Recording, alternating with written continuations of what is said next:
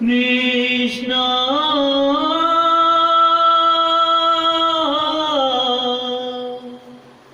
कृष्णा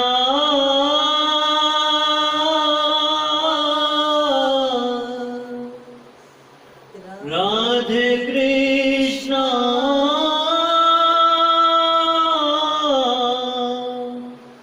हरे हरे।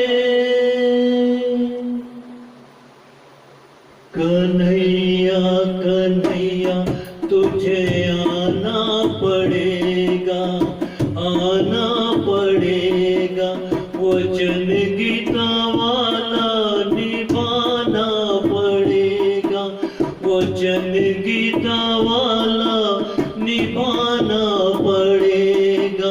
कन्हैया कन्हैया तुझे आना पड़ेगा, आना पड़ेगा, वचन गीता वाला निभाना पड़ेगा, वचन गीता वाला निभाना पड़ेगा, वचन गीता वाला निभाना पड़ेगा।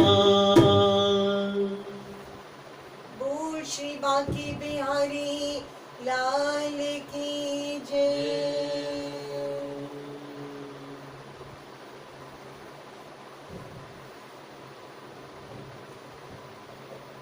बोल श्री गणपति महाराज की जय।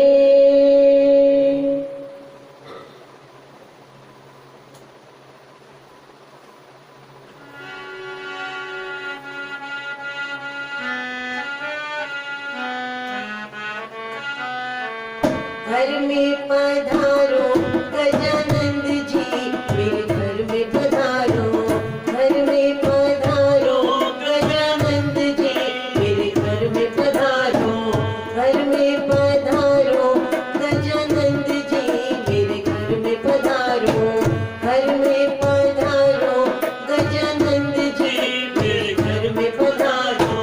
रिद्धि सिद्धि लेके आओ बाबा, मेरे घर में पधारो, रिद्धि सिद्धि लेके आओ बाबा, मेरे घर में पधारो।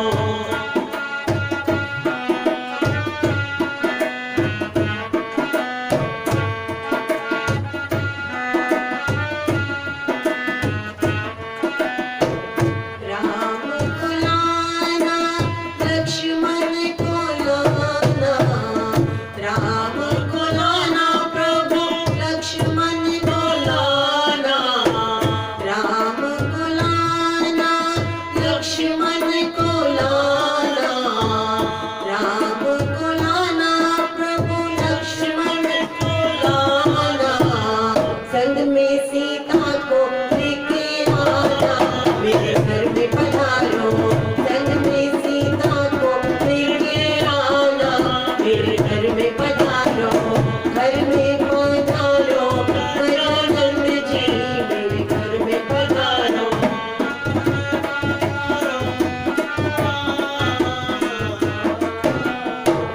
ब्रह्मा को लाना, विष्णु को लाना, ब्रह्मा को लाना, विष्णु को लाना, ब्रह्मा को लाना प्रभु विष्णु को लाना। संग में भोले को लेके आना, मेरे घर में पधारो, संग में भोले को लेके आना, मेरे घर में पधारो।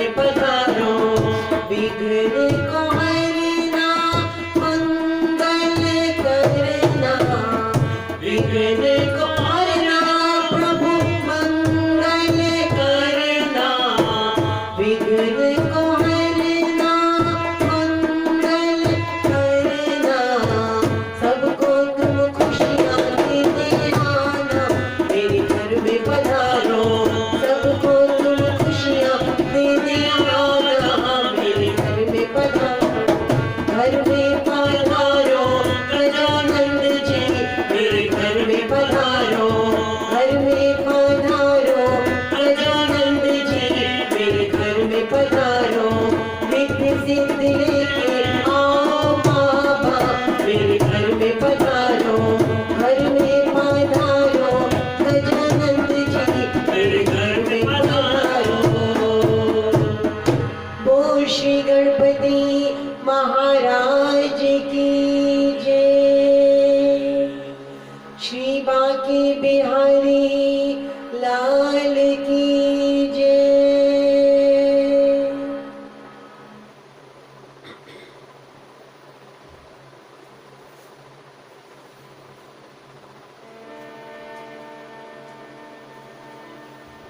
भागवत भगवान की है आरती, पापियों को पाप से है तारती, भागवत भगवान की है आरती, पापियों को पाप से है तारती, श्री भागवत भगवान की है आरती, पापियों को पाप से है तारती।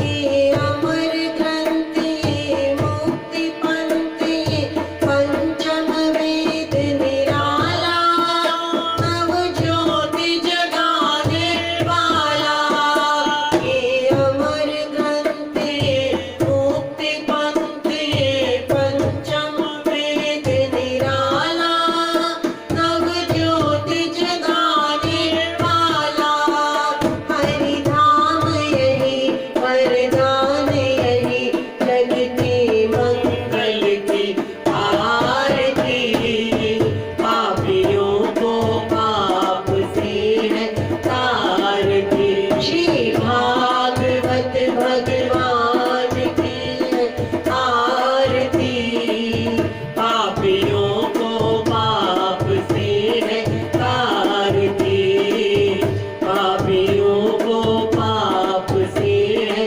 तारती, पापियों को पाप से है तारती। बोल श्री बांके बिहारी लाल की जय, जुगल जोड़ी सरकार की जय, आज के इस पावन समय की जय। हे प्रभु, हम आपका कोटि कोटि धन्यवाद देते हैं कि आज आपने ये पल हमें दिया कि हम आपके चरणों में बैठकर आपकी स्तुति और वंदना कर सके। आपको हृदय से प्रणाम करके नमन करते हैं प्रभु, और अपनी समस्त गलतियों के लिए आपसे क्षमा याचना करते हैं।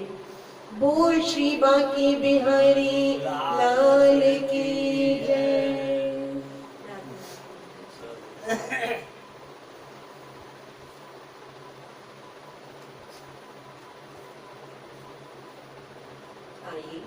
आज सबसे पहले हम क्या कहते हैं कन्हैया से, हम अपने गोपाल से, हम अपने गैया चराने वाले से, हम अपने वृंदावन रहने वाले से देखिए क्या कहते हैं कि हे नारायण, हर घड़ी सुमिरन तुम्हारा मेरे इन होठों पे हो। हर घड़ी सुमिरन तुम्हारा मेरे इन होठों पे हो। नाम गिरिधर का ये प्यारा मेरे इन होठों पे हो। बोल श्री बांके बिहारी लाल की जय।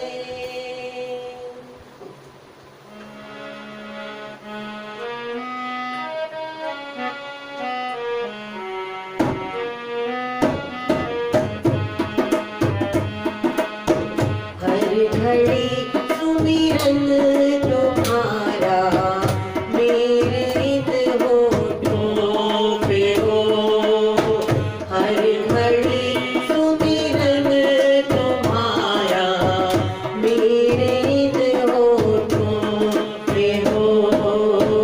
नाम गिरधर का ये प्यारा मेरे इन होठों पे हो। हर घड़ी सुमिरन तुम्हारा मेरे इन होठों पे हो।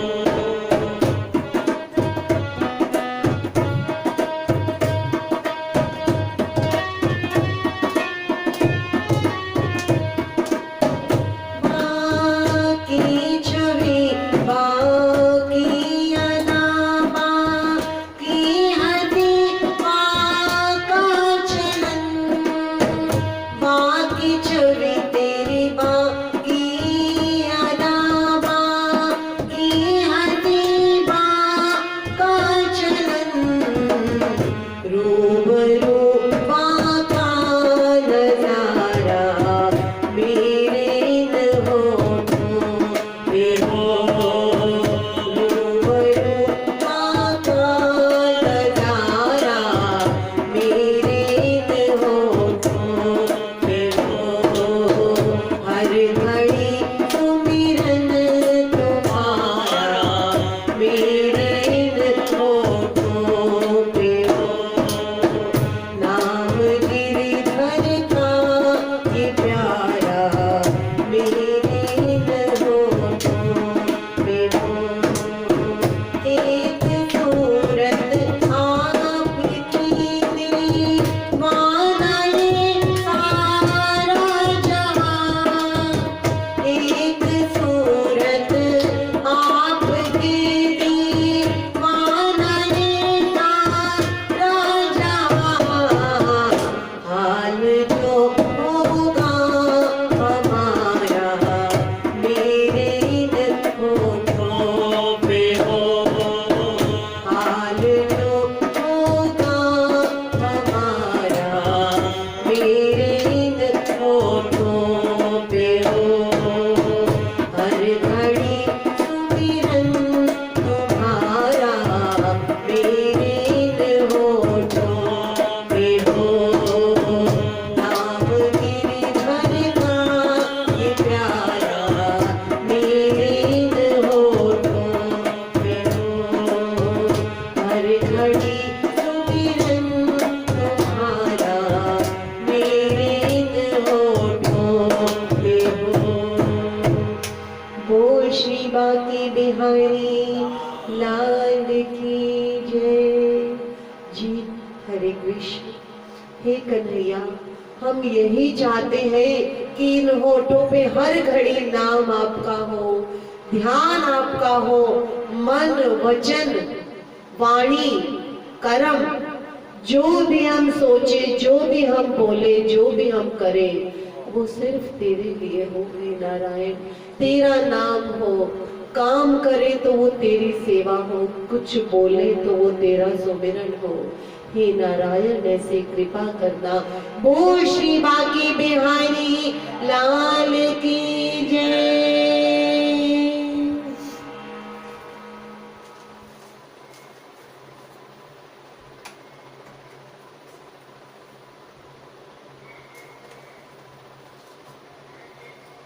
बहुत सुंदर। श्री सुखदेव जी को सबसे पहले प्रणाम करते हैं। श्री सुखदेव जी राजा परीक्षित जी को बहुत सुंदर कथा का श्रवण करा रहे हैं। तो आइए आज फिर हम श्री सुखदेव जी को प्रणाम करते हुए, सुखदेव जी क्या सुना रहे हैं। कल कितना सुंदर सुनाया था प्रसंग श्री सुखदेव जी ने कि किस प्रकार नारद जी आए थे कंस के पास जब कंस ने बड़े प्रेम से अपनी बहना का विवाह वसुदेव जी से किया और प्रेम पूर्वक अपनी बहना को उसके ससुराल तक रथ में लेके जा रहे थे, रथ में लेके जा रहे थे। लेकिन तभी जो भविष्यवाणी आकाशवाणी हुई कि हे कंस, तू जिस बहन के पति को अर्थात वसुदेव को और देवकी को जो तू इतने प्रेम से लेके जा रहा है, इन्हीं की 8वीं संतान समय आने पर तेरा काल बनेगी, तेरा वध करेगी। अब जब कंस को बहुत क्रोध आया तो कंस ने तलवार लेकर उसी वक्त अपनी बहन देवकी का गला काटना चाहा। तब वसुदेव कंस के चरणों में गिर गए और प्रार्थना करने लगे, कंस, आप मेरे प्रिय मित्र हैं, जैसा मैं प्रेम आपसे रखता हूँ वैसा ही प्रेम आप भी मुझ में रखते हैं और अत्यंत विश्वास रखते हैं। मैं उस विश्वास का आपको वास्ता देता हूँ कि मैं आपसे प्रण करता हूँ कि मेरी जो भी संतान होगी मैं आपके हाथों में लाके सौंप दूंगा, आपकी मर्जी, आप उसका जी चाहे जो करे। कंस को लगा ये भी ठीक है, मैं क्यों एक नारी हत्या का पापी बनूं। कंस ने उन्हें उनके घर तक छोड़ा, कंस ने। और जब वसुदेव और देवकी की पहली संतान हुई तब वसुदेव ने हाथ जोड़कर आज कंस के पास लेकर आए पहली संतान को। तब कंस ने बड़े प्रेम से उस बालक को देखा और कहा कि भविष्यवाणी तो हुई थी कि देवकी का 8वां बालक मेरा काल होगा, ये तो पहला बालक है, ये मेरा क्या बिगाड़ लेगा, ये मेरा क्या बिगाड़ लेगा। तो कंस ने सोचा कि इसे मारने से क्या लाभ। जब कंस ने ऐसा सोचा तब देवों को लगा कि अगर कंस नहीं सताएगा या पाप नहीं करेगा तो कृष्ण का प्राकट्य कैसे होगा, नारायण धरती पर अवतार कैसे लेंगे यदि कंस के पाप नहीं बढ़ेंगे। तब श्री नारद कंस तक आए, कंस को कहा, अरे कंस, कंस तुझे मारने के लिए तो देवलोक में प्रयत्न षड्यंत्र रचे जा रहे हैं और तूने आज अपना काल छोड़ दिया। तूने वसुदेव का बालक वापस देकर अपना काल छोड़ दिया। तो कहता है कंस, नारद जी, भविष्यवाणी हुई थी कि देवकी का 8वां बालक मेरा वध करेगा, देवकी का 8वां बालक मेरा वध करेगा, ये तो पहला बालक है। तो नारद जी ने क्या कहा, कंस तू बहुत भोला है, कंस तू बहुत भोला है, तुझे क्या मालूम कि क्या पता 8वां बालक ही पहला बालक बन के आया हो, क्या पता 8वां बालक ही पहला बालक बन के आया हो। अब कंस क्या कहता है, तो क्या नारद जी मैं देवकी के सभी बालकों का वध करता रहूं, क्या मैं उसके सभी बालकों का वध करता रहूं। नारद जी ने सोचा अगर मैंने इसे सम्मति दी तो मुझे बाल हत्या का पाप लगेगा। नारद जी ने कहा कि मैं तो तुझे सावधान करने आया हूं, क्योंकि पाप की प्रेरणा देने वाला भी पापी होता है।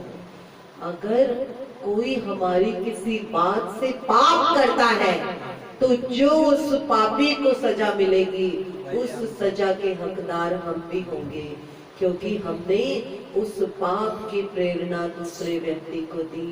तो हम भूल के भी किसी को गलत बात की प्रेरणा ना दें, गलत बात की प्रेरणा ना दें। अगर हम कुछ सही नहीं कह सकते तो हम गलत भी ना बोले, गलत भी ना बोले। राजन, मैं तो तुम्हें सावधान करने आया हूं, अब तुम्हें जो ठीक लगे वही करते रहना। और वे नारायण नारायण करते कीर्तन करते चले गए बैकुंठ की तरफ। नारद जी ने कंस के पाप का भार बढ़ाने के लिए ही उसे उल्टी सीधी पट्टी पढ़ाई। कंस ने वासुदेव देवकी को अब कारागार में बंद कर दिया। बिना अपराध ही वे बंधन में डाले गए, बिना कोई अपराध के देवकी और वासुदेव बंधन में बंध गए, जेल के बंधन में।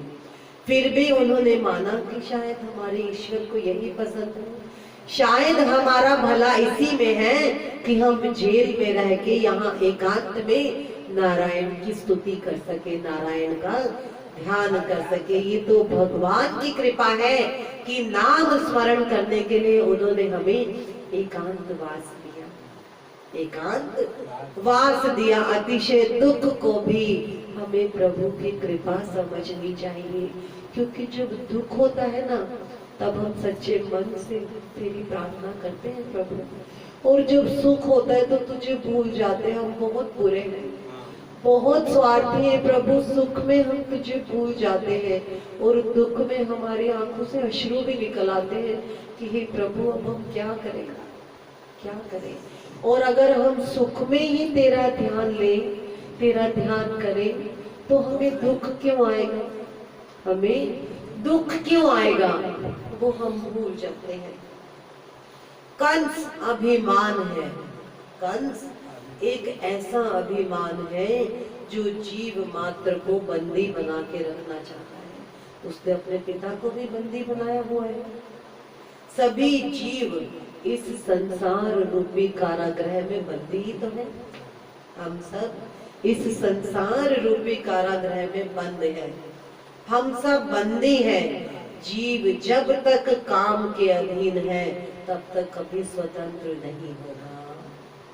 वसुदेव देवकी कारावास में भी जागृत थे। हमारा जीव कारागृह के एकांत में जागृत रहने की अपेक्षा सोया रहता है। हम इस संसार में चैतन्य होने की अपेक्षा हर वक्त खा पी के ऐश करना, खा पी के सोना, हम समझते हैं शायद यही हमारा जीवन है। क्या यही हमारा जीवन है? ईश्वर ने हमें इतना सुंदर तन मन और इतना सुंदर हमें धन दिया, जितना हमें चाहिए उससे भी ज्यादा दिया, फिर भी कभी हम उसका ध्यान नहीं लगा पाते। हे मेरे नारायण कृपा कर, हे मेरे नारायण कृपा कर। श्री राधे श्री राधे। सुखिया सब संसार है, सुखिया सब संसार है। खाऊ और सोवे, खाता है और सोता है। सब संसार में हम सब खाते हैं और सो जाते हैं।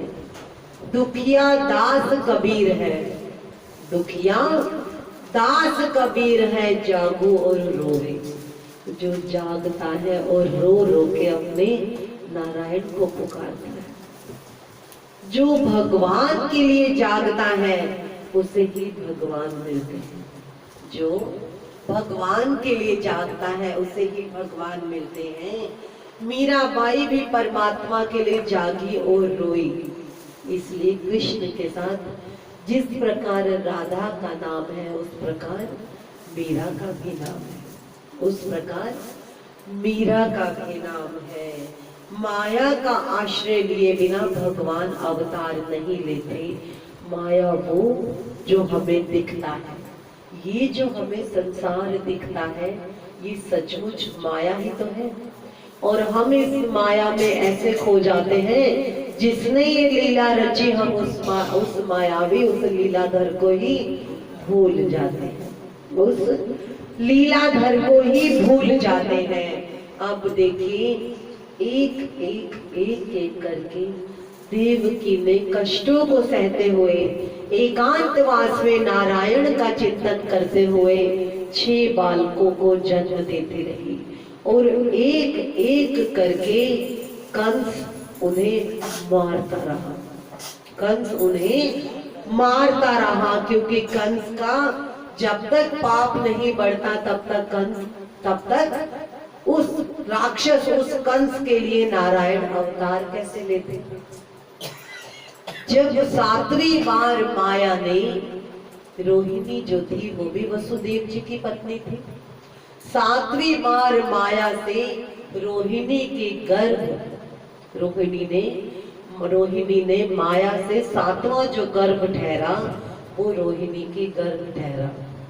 रोहिणी ने समय आने पर एक बालक को जन्म दिया। उसने अपने नेत्र नहीं खोले, उसने अपने नेत्र नहीं खोले।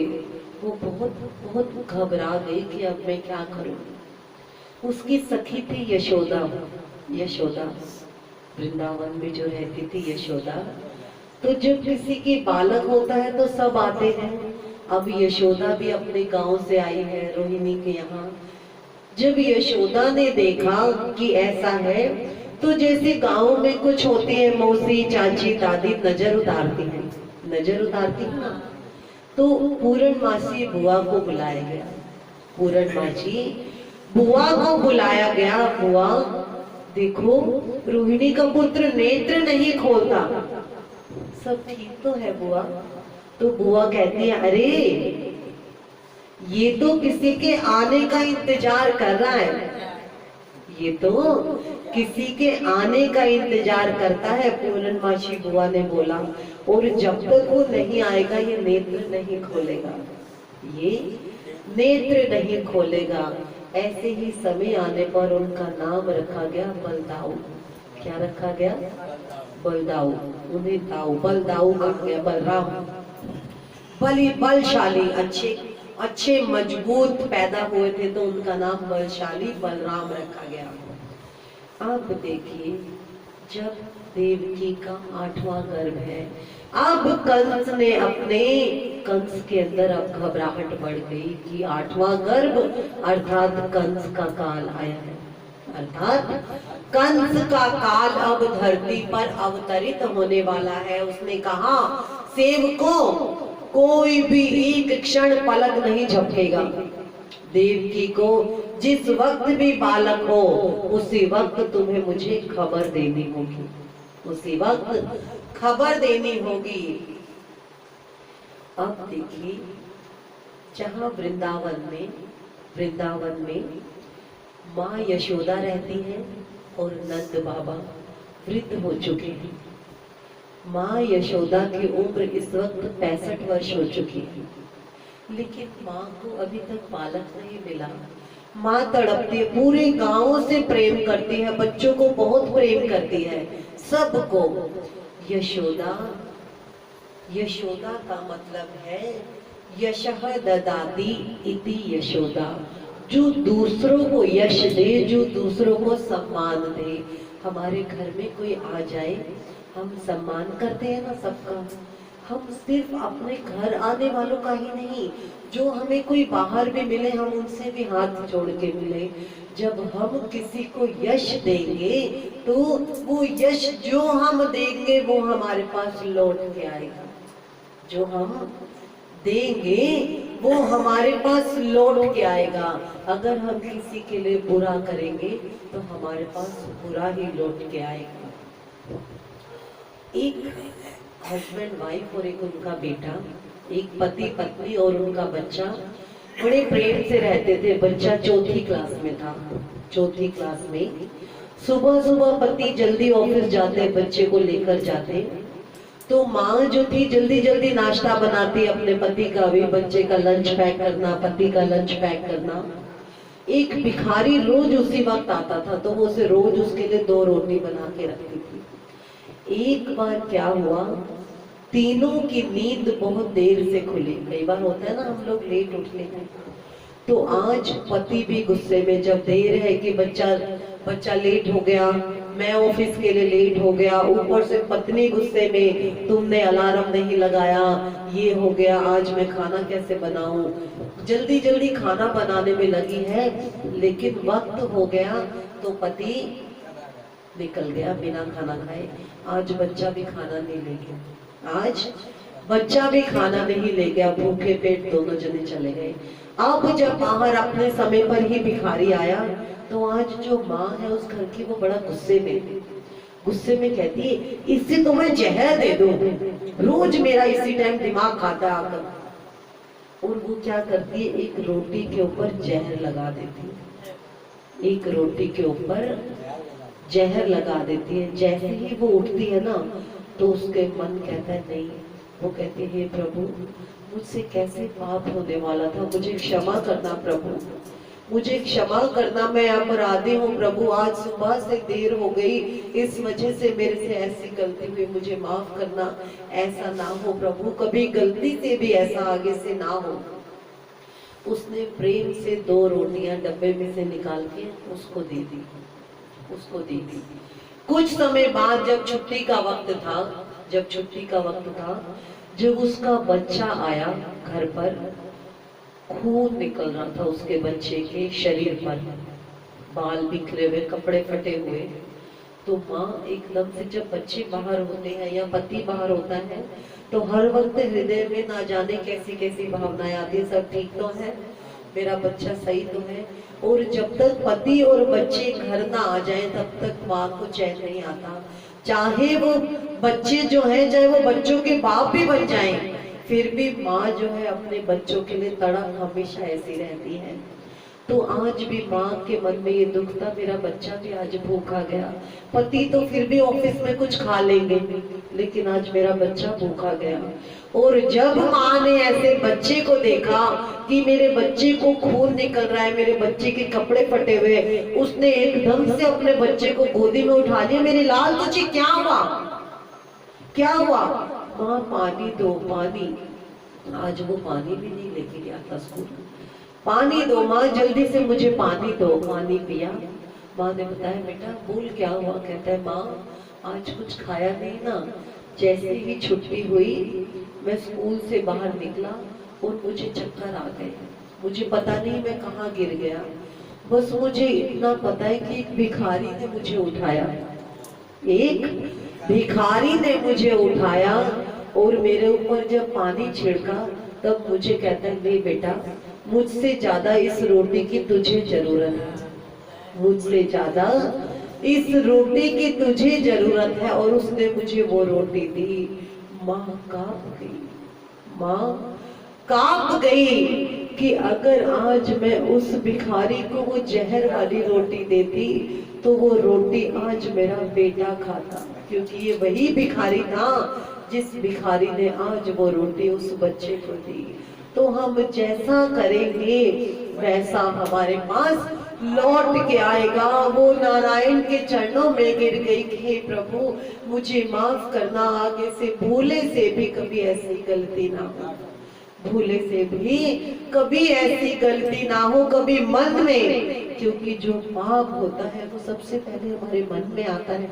हमें हमारे मन को ही तो साफ करना है, जो बिल्कुल ऐसा दर्पण हो जाए जिसमें हमारे नारायण दिखे और दूसरा कोई नहीं। और जब हमें दर्पण में नारायण दिखेंगे तो हम सब में, हम एक दूसरे में नारायण ही देखेंगे। हम फिर ये क्यों सोचे किसी ने मुझे गलत कहा, किसी ने मुझे ऐसा कहा, किसी ने वैसा कहा। कोई नहीं किसी ने कहा तो क्या हो गया, क्या हो गया, हमें किसी ने कुछ ऐसा कहा। लेकिन अगर हम किसी से गलती से कहे कुछ तो हमारा कर्तव्य है कि हम हृदय से माफी मांगे। और जब हमारे को नारायण बता रहे हैं तो हमारी कोशिश यही रहे, हे प्रभु कृपा ऐसी करना कि इस वाणी से किसी के लिए कभी गलत निकले बिना, गलत सोच बिना निकले प्रभु। अब देखिए माया अब जब 8वां गर्भ है, वो दिन आ गया, वो दिन आ गया जब आज नारायण देवकी के गर्भ से जन्म लेंगे। बहुत काली रात है, बहुत अंधेरी रात है, बारिश हो रही है। आपको याद होगा जब हमें श्री सुखदेव जी ने बताया था, राम जी ने क्या कहा था, मैं दूसरा जन्म तब लूंगा तब चंद्र तुझे मेरे पहले दर्शन होंगे। देखा था ना जब राम जी ने कहा था, राम जी को। तो आज देखिए चंद्रमा निकला है, रात का भादों की रात है, काली रात है, बारिश घनघोर है। अचानक जहां पे देवकी और वसुदेव है वहां एक बहुत प्रकाश फैल गया, बहुत प्रकाश फैल गया, जिस प्रकाश में कुछ दिख नहीं रहा था। वसुदेव देवकी कुछ देख नहीं पा रहे थे, वसुदेव देवकी कुछ देख नहीं पा रहे थे। अचानक उस प्रकाश में उन्हें नारायण अवतार के दर्शन हुए। बोल श्री बांके बिहारी लाल की जय। राधे राधे, प्रेम से कहेंगे राधे राधे राधे राधे। उस प्रकाश में नारायण ने दर्शन दिए, नारायण ने दर्शन दिए। अभी मैं आपको बता रही थी कि वृंदावन में जो यशोदा है वो सबको यश देती है, सबको प्रेम करती है, सबका सम्मान करती है। तो उस माँ को जिसे जो यश दूसरों को देता है, नंद जो है वो आनंद है, जो दूसरों को सदैव आनंद देता है। हमारी वजह से कोई दुखी ना हो कभी, हमें हमेशा ऐसा प्रयत्न करना चाहिए कि प्रभु हम किसी को सुखी नहीं कर सकते तो प्रभु हम कभी किसी को दुखी भी ना करें। हम किसी के लिए अच्छा नहीं बोल सकते तो हम कभी बुरा भी ना बोले, हम कभी। तो यशोदा जो है वो यश देने वाली है और नंद जो है वो सबको आनंद देने वाले हैं। पूरा गांव उनसे बहुत प्रेम करता है। यशोदा 65 वर्ष की हो चुकी है लेकिन कोई बालक नहीं है। तड़पती है कि हे ईश्वर, मैंने तेरा क्या बिगाड़ा जो तूने मेरी गोद में एक भी लाल नहीं दिया। सब वृंदावन वासी शांडिल्य ऋषि के पास गए। शांडिल्य ऋषि बहुत बड़े ऋषि थे। उन ऋषि से प्रार्थना की कि हे ऋषिवर, हम आपसे प्रार्थना करते हैं कि नंद बाबा के यहाँ एक पुत्र हो, नंद बाबा के यहाँ एक पुत्र हो। क्या हम किसी के लिए मांगते हैं? ऐसा नहीं मांगते ना, हम सिर्फ अपने लिए मांगते हैं कि हमें ये मिले, हमें वो मिले, हमें ये मिले। और जितना मिल जाए वो अभी हमने समेटा भी नहीं कि अंदर से दूसरी इच्छा आ जाती है, अरे ये रह गया, अरे ये रह गया। और वहां अगर हम दूसरों के लिए कुछ मांगते हैं ना तो ईश्वर वो हमें पहले देते हैं। तो हम क्यों ना दूसरों के लिए प्रार्थना करें और वो दूसरा सब लौट के अपने पास ही आएगा। जो हम किसी को देंगे वो हमारे पास ही तो आएगा, हमारे पास ही तो आएगा लौट कर। तो शांडिल्य ऋषि कहते हैं बालकों, सब गोप भी आए, ग्वाले भी आए, सब सखियां भी आई, सब जितने उनके माता पिता है सब आए। और किसके लिए पूरा वृंदावन मांग रहा है? सिर्फ बाबा नंद के लिए और माँ यशोदा के लिए। देखिए कितना प्रेम है। तो शांडिल्य ऋषि सबको कहते हैं तुम सब एकादशी का व्रत किया करो। क्या किया करो? एकादशी का व्रत किया करो। एकादशी के व्रत की महिमा बड़ी अपरंपार है। उस व्रत को क्या करो? उस व्रत को मन से करने पर ईश्वर तुम्हारे घर जरूर आएंगे। ऐसा कहा शांडिल्य ऋषि ने। एक एक छोटा बच्चा भी वृंदावन का वहां निर्जला एकादशी व्रत रखता था, निर्जला एकादशी व्रत रखता था। तो आज देखिए उन सब की कामना को पूर्ण करने के लिए आज देवकी और वसुदेव के समक्ष श्री नारायण अपना चक्र लिए, शंख लिए वहां प्रस्तुत हुए। वहां उन्होंने अपना प्राकट्य दिया, प्रकट हुए वहां पर। एकदम से आंखें चुंधियाई हुई हैं, कुछ नजर नहीं आ रहा, ना वसुदेव को ना देवकी को। हाथ जोड़ के खड़े हैं, हाथ जोड़ के खड़े हैं और मुश्किल हो रही है कि हम देखें क्या। तब ईश्वर ने उन्हें कहा कि हे देवकी, हे वसुदेव, तुमने एकांतवास में नारायण नाम जपते रहे, कितने कष्ट सहे, लेकिन उन कष्टों को सह कर भी तुमने ईश्वर को नहीं भुलाया। मैं उसी भक्ति के कारण आज तुम्हारे यहाँ पुत्र रूप में उत्पन्न हुआ हूँ। और ऐसा कहकर छोटे से बालक बन के रोने लगे। छोटे से बालक बन के रोने लगे। माँ को कितना आनंद हुआ, लेकिन डर ये कि ये मेरा 8वां बालक है, ये मेरा 8वां बालक है, ये कंस का काल है, कंस इसे नहीं छोड़ेगा, कंस इसे नहीं छोड़ेगा, कंस इसे नहीं छोड़ेगा, मैं क्या करूं। बालक ने कहा, वसुदेव मुझे इसी वक्त कहाँ छोड़ के आओ, गोकुल। कहाँ छोड़ के आओ, माँ नंद बाबा के यहाँ, नंद बाबा के यहाँ मुझे छोड़ के आओ। मथुरा थी यहाँ जहाँ देवकी और वसुदेव थे, और गोकुल क्या था, जहाँ यशोदा और नंद बाबा है, मुझे वहां छोड़ के आओ। अब जब प्रभु ने आज्ञा दी है, एक टोकरा भी वहां प्रस्तुत हो गया जिस टोकरे में लेके जाना है। बड़े वसुदेव जी बड़े प्रसन्न हैं। जब उन्होंने उस छोटे से बालक को टोकरे में रखे और अपने सिर पर पधराया, सिर पर जैसे ही उस टोकरे को रखा, जब हम ईश्वर को हमने देखा था, भरत ने किस प्रकार श्री राम की चरण पादुका को अपने शीश पर रखा था शीश पर। हमें पहले भी श्री सुखदेव जी ने बताया था, चाहे माता के ही चरण क्यों ना हो, कई लोग उन्हें जगह जगह लगाते हैं, उन्हें कभी भी इधर उधर नहीं लगाने चाहिए। उन्हें सदैव अपने शीश पर, अर्थात जहाँ हमारा मंदिर है वहां पधराना चाहिए, कि उन्हें यही प्रार्थना करनी चाहिए, प्रभु हमारे मस्तक पर विराजिए, ताकि हम आपकी शरण में रहे। और जब आपके चरण हमारे मस्तक पर होंगे तो सदैव ये बुद्धि सद्बुद्धि बनी रहेगी, कभी भी उसमें कोई विकार नहीं आएगा, कभी भी कोई भी विकार नहीं आएगा। और देखिए, जैसे ही टोकरा वसुदेव जी ने अपने सिर पर रखा तो जेल के सारे ताले टूट गए। देखिए, नारायण कृपा से सब सेवक वहां सो गए। तो कितनी खुशी है।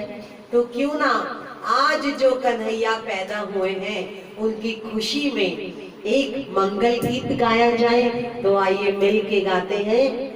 असा ढोल बजाना रज रज के, असा ढोल बजाना रज रज के, असा खुशियां मना के नच नच के, असा खुशियां मना के नच नच के। शाम ने जन्म लिया, कि शाम ने जन्म लिया मैं सदके, होया ये दयाल मेरा श्याम, कि रखदा है सब दा ख्याल मेरा श्याम, होया ये दयाल मेरा श्याम, कि रखदा है सब दा ख्याल मेरा श्याम।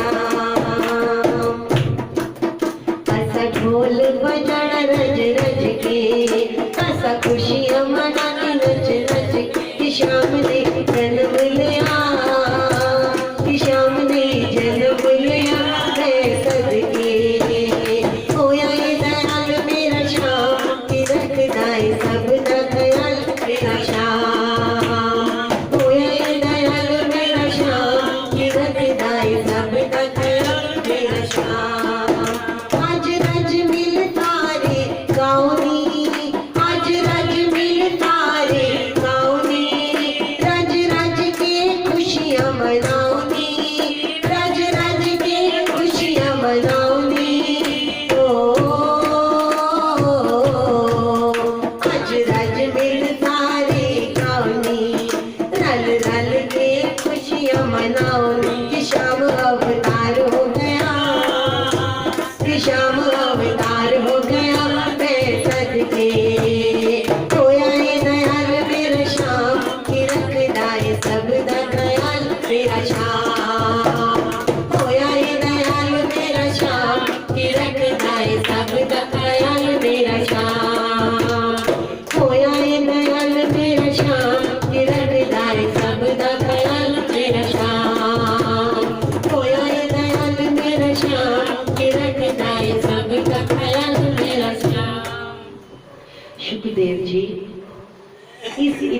खुशी की खबर को सुनाते सुनाते एकदम से फूट फूट के रोने लगे, एकदम से फूट फूट के रोने लगे। राजा बड़े ध्यान से कथा सुन रहे थे। कथा का यदि एक छोटे से छोटा बिंदु भी हमारे मन में उतर जाता है तो वही पल हमारे को नारायण के चरणों में आराम से बिठा देता है, और नारायण उसी प्रकार प्रत्यक्ष हमारे में समा जाते हैं जिस प्रकार आज देवकी और वसुदेव को प्राप्त हुए। राजा ने पूछा, ऋषिवर क्या हुआ? ऋषिवर आप मुझे इतनी अच्छी कथा सुना रहे हैं, कथा का श्रवण सुना रहे हैं, और अचानक से ये इतना दुख, ये व्यथा ऐसी क्यों? सुखदेव जी चुप नहीं हो रहे, सुखदेव जी चुप नहीं हो रहे। तो राजा उठ के उनके आंसू पोंछते हैं। राजा श्री सुखदेव जी के आंसू पोंछते हैं। बताइए ना ऋषिवर, कोई कष्ट है मुझे बताइए। तो क्या कहते हैं राजन? प्रेम की पराकाष्ठा याद आ गई। क्या याद आ गई? प्रेम की पराकाष्ठा। मैं उसका क्या नाम लूं, क्या नाम लूं? तो कहते हैं प्रभु इतना दुख, ये मुझे भी बताइए ना, आपको कैसे इतना दुख है, क्या है प्रेम की पराकाष्ठा? सुखदेव जी का हृदय भर आया, सुखदेव जी का हृदय भर आया। वो कहते हैं राजन, एक ऐसा भक्त हुआ हरि का, एक ऐसा भक्त हुआ कृष्ण का, जिसके प्रेम की पराकाष्ठा को कोई नहीं पा सकता, जिसका प्रेम, उसके लिए मैं क्या कहूं? कृष्ण स्यासी सखा, कृष्ण साही सखा, कृष्ण साही कृष्ण। जैसे कृष्ण वैसा उसका सखा। देखिए उसकी इतनी प्रशंसा करना चाहते हैं सुखदेव जी कि वो उसका नाम नहीं ले रहे, उसके लिए विशेषण इतने हैं कि नहीं, कृष्ण स्यासी सखा तो बहुत कम है, कृष्ण स्यासी सखा तो बहुत कम है। ब्राह्मण कहूं? नहीं राजन, अति उत्तम ब्राह्मण, अर्थात अति उत्तम ब्राह्मण, ये भी कम है। कहते हैं ये शब्द भी उसकी व्याख्या करने के लिए कम है। विरक्त इंद्रियार्थेषु, अर्थात ऐसा व्यक्ति जिसने अपनी इंद्रियों को भी छोड़ दिया हो। कौन? हमें जब भूख लगती है तो हमारे अंदर से पता चलता है कि हमें भोजन चाहिए, हमें प्यास लगती है तो हम पानी की तरफ जाते हैं, हमें कुछ आंखों को कुछ अच्छा लगता है तो हम उसे पाना चाहते हैं, हम किसी स्पर्श करना चाहते हैं तो हम अपने मन की उस कामना को पूरा करना चाहते हैं। लेकिन राजन, ये एक ऐसा ब्राह्मण है, ये एक ऐसा विरक्त इंद्रियार्थेषु ब्राह्मण है जिसने अपनी इंद्रियों को, अर्थात उसकी इंद्रियां उसके कहने पर चलती हैं। अगर वो कहे मुझे भूख लगी है तो मैं खाना खाऊंगा। अगर ये बात कर रहे हैं सुखदेव जी सुदामा की, किसकी बात कर रहे हैं? सुदामा की। कहते हैं सुदामा जैसा कोई नहीं हुआ, सुदामा जैसा सखा कृष्ण का कोई नहीं हुआ। हमारी जीभ जैसा चाहती है हम वैसा खाते हैं, लेकिन सुदामा जब कहते थे कि अब मेरे को खाना खाना है, तब इंद्रियां उन्हें महसूस कराती थी कि भूख लगनी है, इंद्रियां उनके वश में इतनी थी। परंतु सुदामा जी इंद्रियों को वश में रखते थे। क्या हम कभी वश में रखते? नहीं रखते। हम अगर एक जगह बैठे हैं ना, ये मन इतना चंचल है, ना जाने कहां कहां दौड़ता रहता है। हम तो वहां पहुंच भी नहीं पाते जहां हमारा मन हमसे पहले पहुंच जाता है। हम लोग इंद्रियों के गुलाम हैं, और सुदामा जी की इंद्रियां उनकी गुलाम थी। सुदामा जी की इंद्रियां उनकी गुलाम थी। राजन, एक पतला सा ब्राह्मण, फटी धोती, पतला सा ब्राह्मण, फटी धोती, एक पात्र जिसमें वो भिक्षा मांगता था और एक टूटी हुई छड़ी।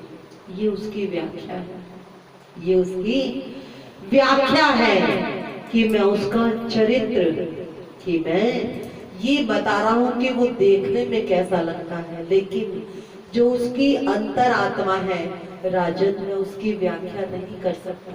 राजन, मेरे पास शब्द नहीं है, प्रशांत आत्मा है। क्या कहते हैं सुदामा? प्रशांत आत्मा है।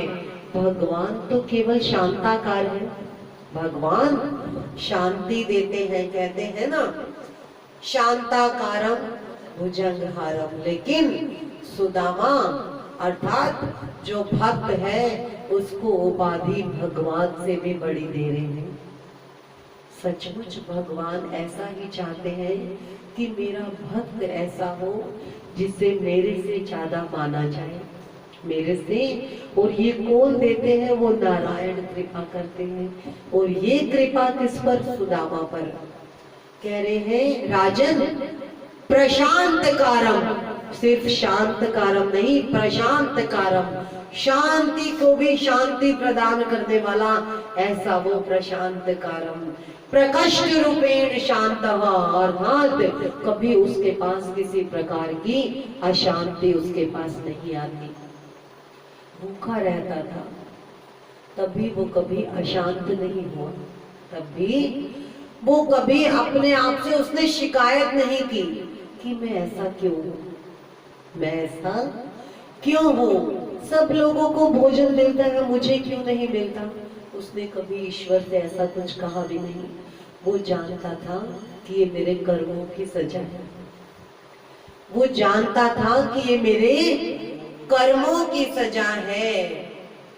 सदैव इतना जितेंद्रिय था, अपनी इंद्रियों के ऊपर इतनी जीत हासिल थी सुदामा को कि वो सदैव एकांत में बैठकर नारायण का ध्यान करता था। हमें कई दिनों तक या कई घंटों तक एकांत में बैठ के ध्यान करने की जरूरत नहीं है। अगर हम एक पल का भी ध्यान मन से करते हैं तो हम तर जाएंगे। वो एक पल ही तो हमारे में नहीं आता, वो एक पल ही तो हमारे में नहीं आता। हम प्रार्थना करते हैं कि हे प्रभु वो पल हम में भी आए, हम नादान है प्रभु, हम पापी जन हैं, हम घोर पाप करते हैं, हमें नहीं जानता कैसे तेरी, हम नहीं जानते कि कैसे तेरी भक्ति की जाए, कैसे तेरा ध्यान लगाए जाए प्रभु। हम जो बोले, हम जो करें, हम जो सुने, हम जो गाएं, हमारे शब्दों को वो भक्ति मान के स्वीकार कर प्रभु, स्वीकार कर प्रभु। हम सब तेरी भक्ति करना नहीं जानते ईश्वर, हम नहीं जानते कैसे तुझे मनाया जाए। सुदामा से भक्ति हमें नहीं है, हमें नहीं है प्रभु, हमें नहीं है। कृपा कर नारायण, कृपा कर। बोल श्री बांके बिहारी लाल की जय।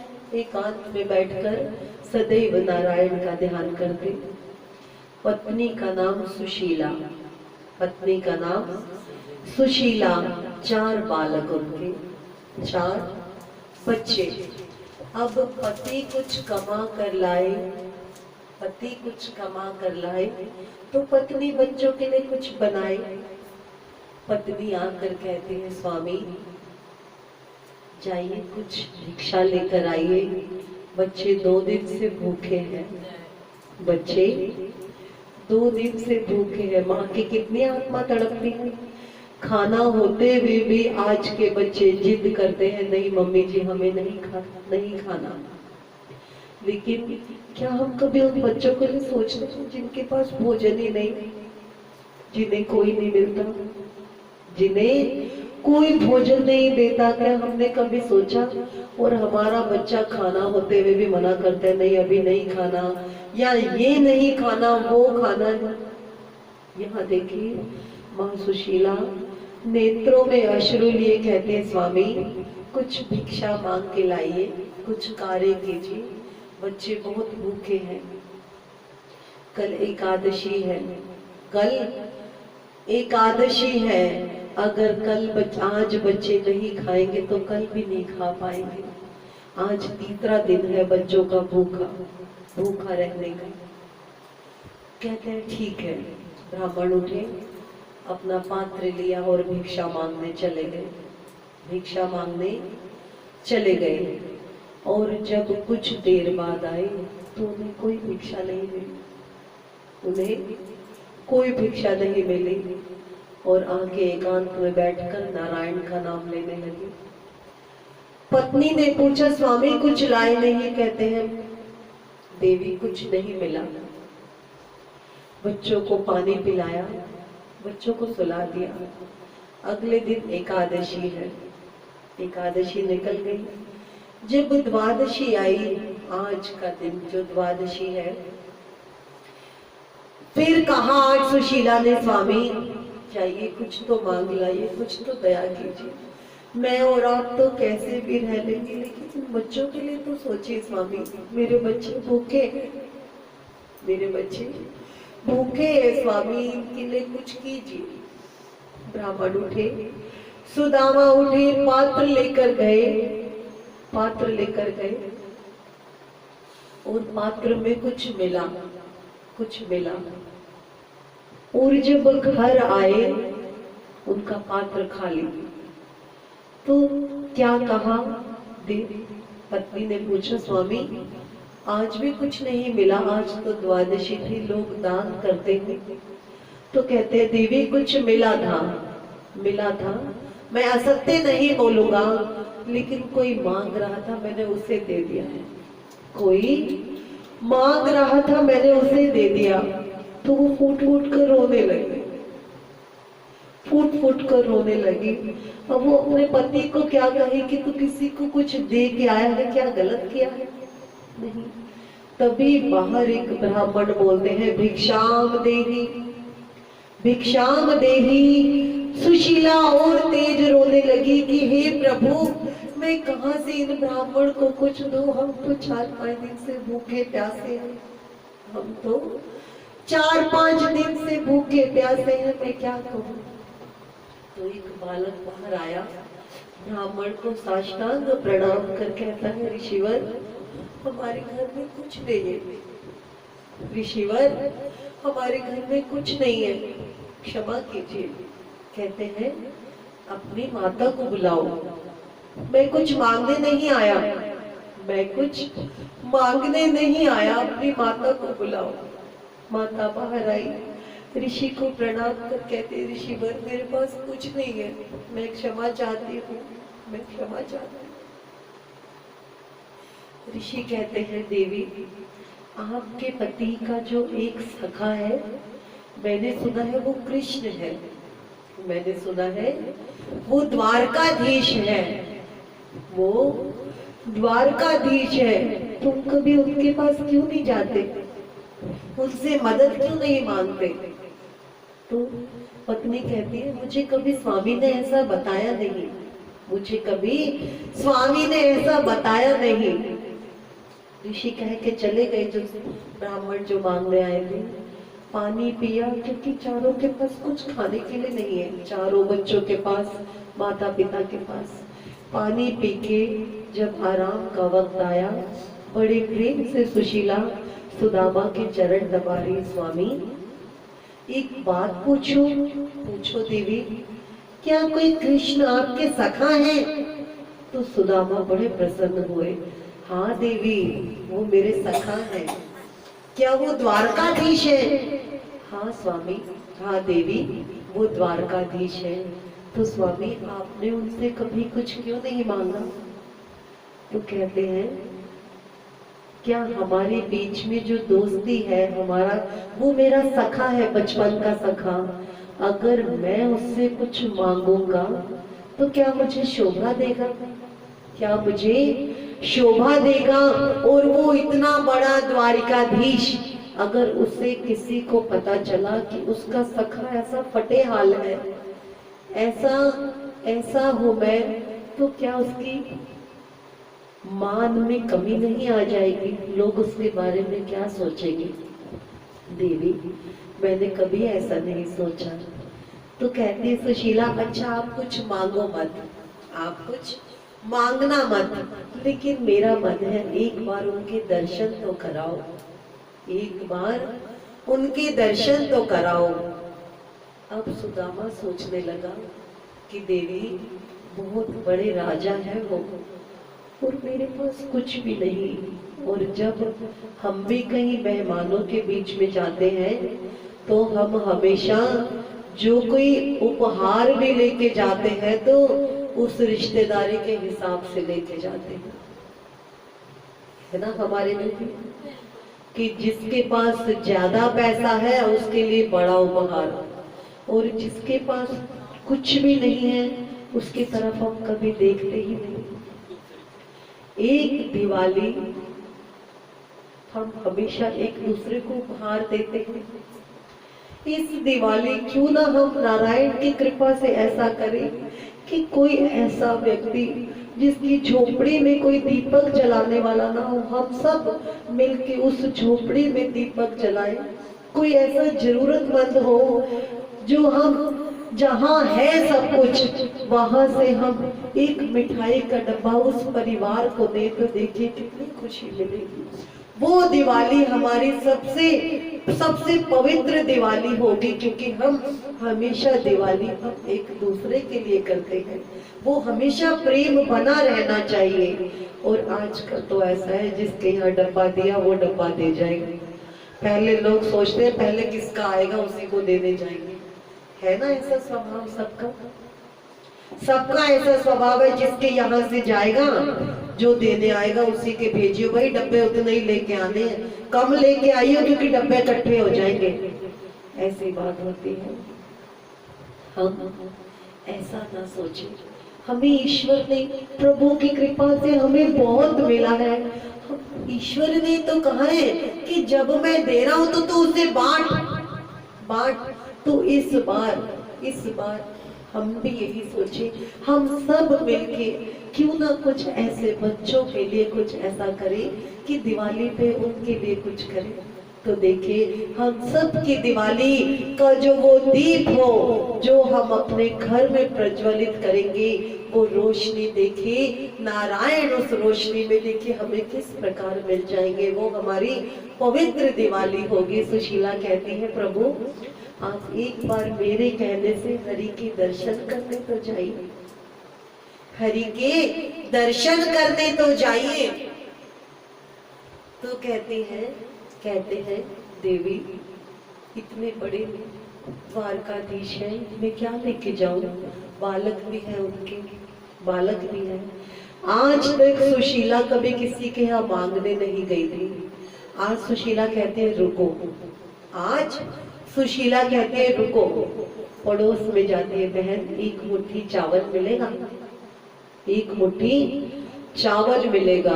उस परिवार को जो इधर उधर मांग के खाते हैं, उसको जो संपन्न लोग होते हैं ना, वो अच्छी निगाह से भी नहीं देखते, अच्छी निगाह से भी नहीं देखते और सोचते हैं जो बचा खुचा वो इनको दे दो। ऐसी सोच होती है। जब उसने मांगा, सुशीला ने एक घर से एक मुट्ठी चावल मांगा तो उसने बहुत टूटे छोटे छोटे चावल दे दिए। तो उसको लगा कि इससे बात नहीं बनेगी। वो दूसरे घर गई, उस दूसरे घर से उससे भी कम, उससे भी छोटा चावल मिला जो बहुत घटिया क्वालिटी कह सकते हैं आप, उससे डल चावल मिला।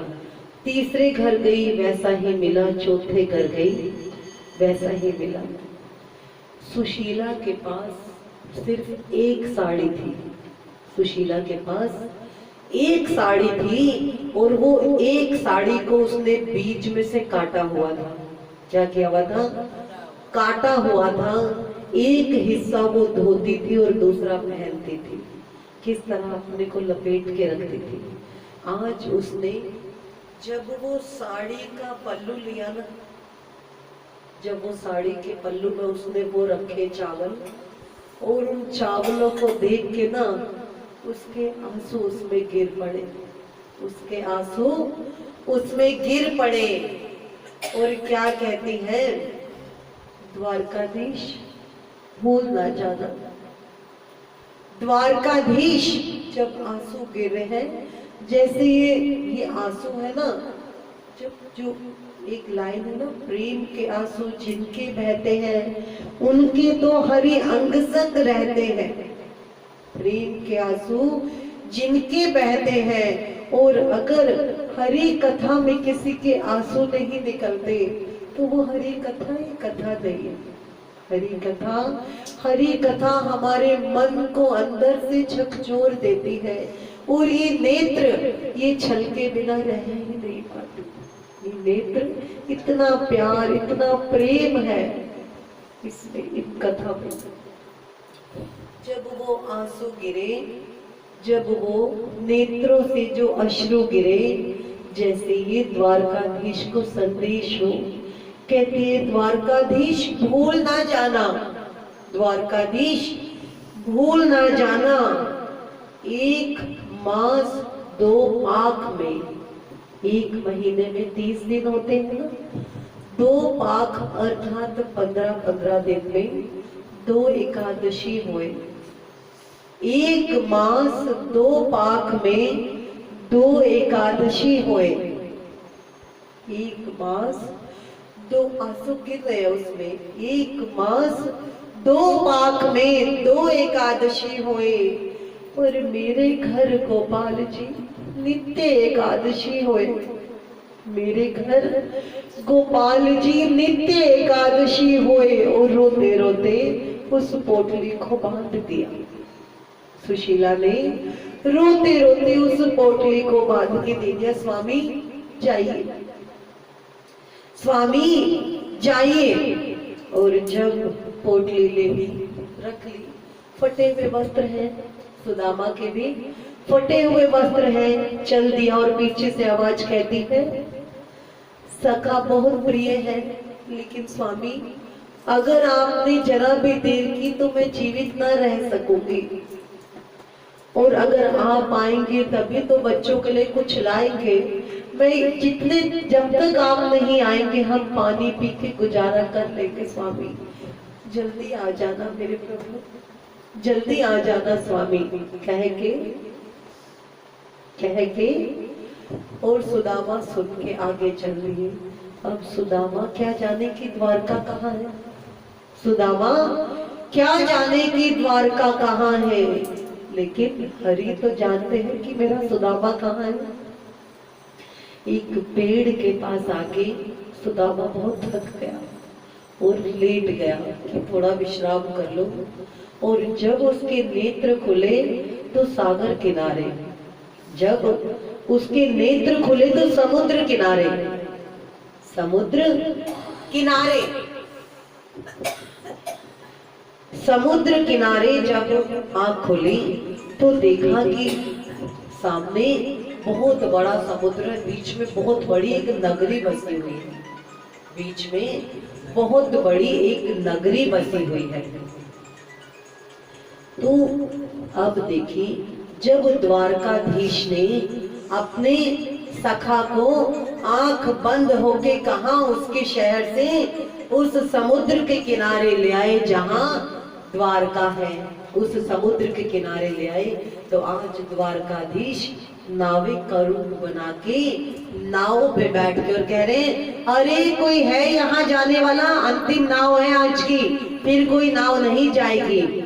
तो सुदामा पूछता है, भैया ये कौन सी जगह है भैया, और मुझे तो द्वारका जाना है, मुझे तो द्वारका जाना है, क्या रास्ता बताएंगे,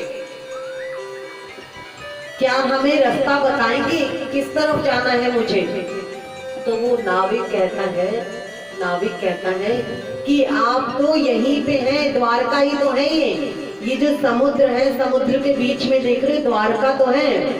तो सुदामा समझ गए कि ये मेरे हरि के सिवा कोई नहीं हो सकता, कि मेरे नारायण ही हैं जो मुझे यहाँ तक लेके आए हैं। अरे रुको रुको भैया, रुको भैया, मुझे जाना है, यहाँ मुझे जाना है यहाँ। मैं आज 5 मिनट और लेना चाहूंगी इस कथा को सपोर्ट करने के लिए। गुरु जी से आज्ञा लेना चाहूंगी। गुरु जी सिर्फ 5 मिनट चाहूंगी मैं। जब वो नाव में बैठे जब द्वारका आ गई, अब वो उतरने लगे तो क्या कहते हैं, भैया मेरे पैसा तो दे। नाव से उतराई तो देगा भाई, कुछ तो देगा, मेरा पैसा तो दे। कहते हैं केवट भैया मेरे पास तो कुछ नहीं है। केवट भैया कुछ नहीं है, मैं तो अपने नारायण से मिलने आया हूँ, मैं तो अपने हरि से मिलने आया हूँ, सिर्फ प्रेम है, प्यार है, मेरे पास और कुछ नहीं है। तो केवट कहता है तू अपना ये प्रेम और प्यार ही मुझे दे दे, अपना प्रेम और प्यार ही मुझे दे दे।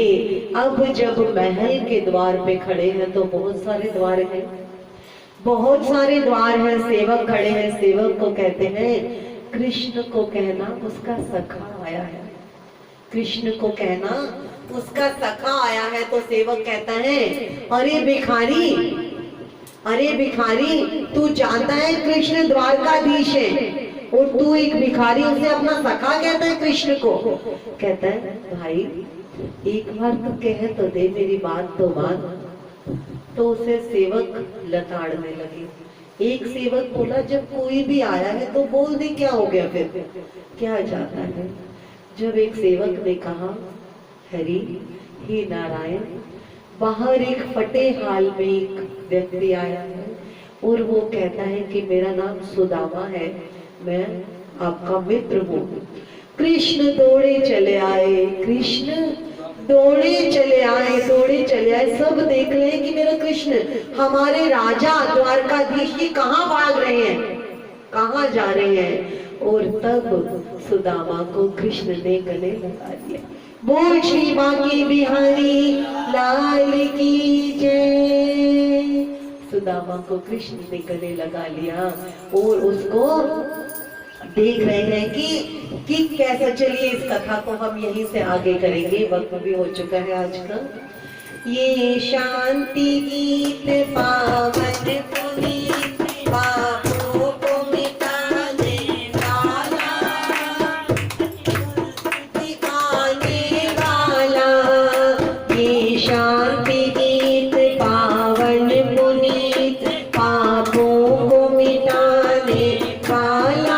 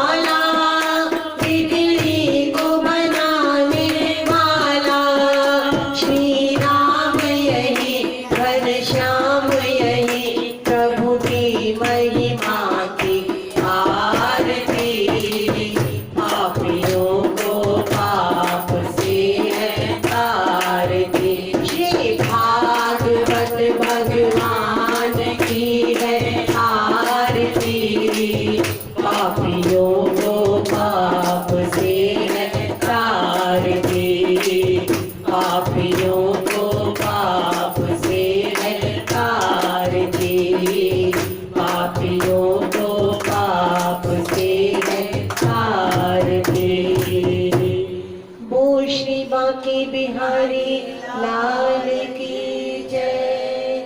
जुगल जोड़ी सरकार